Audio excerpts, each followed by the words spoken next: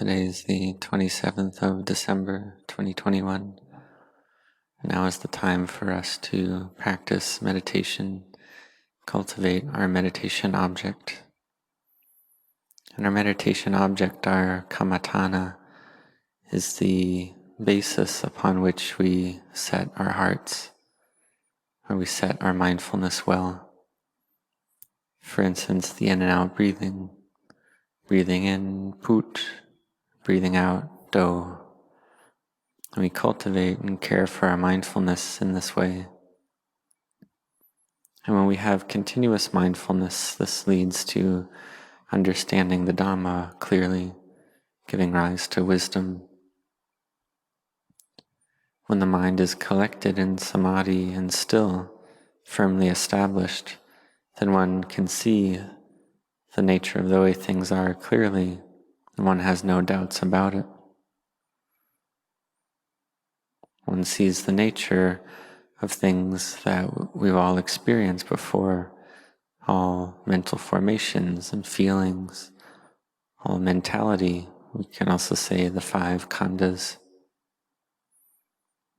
So tonight we chanted the Dhamma Chakkappavattana Sutta, the discourse on setting the wheel of Dhamma in motion, which describes the cause of all suffering, of all dukkha. We see that it all comes from ignorance, craving, and attachment that arise right here in our hearts. And we're able to reduce this dukkha, this suffering, to some degree. And to reduce it, we need to practice ongoingly, to cultivate mindfulness, cultivate it again and again. And we take this virtue as our foundation: right speech, right action, right livelihood. We can also say the 5 precepts, or the 8 precepts, the 10 precepts, or the 227 precepts. So this is practicing the Noble Eightfold Path. One makes one's virtue well established and beautiful. And having done this already, then one comes to train the heart and mind, to train mindfulness to be firm. In the beginning, Khanika Samadhi arises sometimes, this momentary concentration. We may sit for a long time, the body and mind become light. We may chant, for instance, chanting it to be so chant 108 times. We chant so that the mind doesn't proliferate here and there, thinking about other things. In this way, the body can be light. And when the body feels light like this, it's upajjhara samadhi, neighborhood concentration. While walking, our body can still feel light. It feels like our weight has reduced.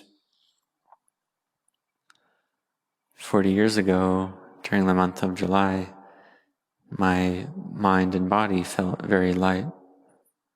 And they felt very light like this for 1 month. Whether sitting, standing, walking, or lying down, my body and mind felt very light, very much at ease. And when I would sit in meditation, the mind could gather to one-pointedness. So for ourselves, practicing Dhamma as lay practitioners, we sit in meditation, and the mind will gather in samadhi some of the time. Our body and mind will feel light some of the time. So this is something we should try to do, to have effort in, keep going with it. Then samadhi can arise in the heart. A miraculous Dhamma can arise in the heart. When our samadhi is well established, then this leads to clear understanding, to understanding the impermanence of phenomena, the impermanence of all materiality and mentality. One sees that all materiality and mentality is uncertain, it's impermanent, not self. We don't have any doubts about this. So for Dhamma practitioners, need to cultivate samadhi, to give rise to samadhi. So may you do this, and wisdom will follow. So may you have mindfulness to take care of your mind, to take care of it well. May you set your hearts on practicing in this way to bring the mind to peace and collectedness, then to contemplate, which can give rise to knowing. Some individuals may not see the four elements of earth, air, fire, and water, but instead see the nature of impermanence. The mind gathers in samadhi and stillness. The mind becomes empty, is Buddha. When we see this, we see the fruits of Dhamma practice. We understand that the mind that gets sent out is the cause for suffering to arise. The mind going out to sounds and sights, the mind going outside. So may you keep practicing this Dhamma path. Practice and cultivate. Have effort, have firm intent and perseverance. Practice the Dhamma like this. Practice the foundation of virtue. Have generosity, virtue, sacrifice and giving.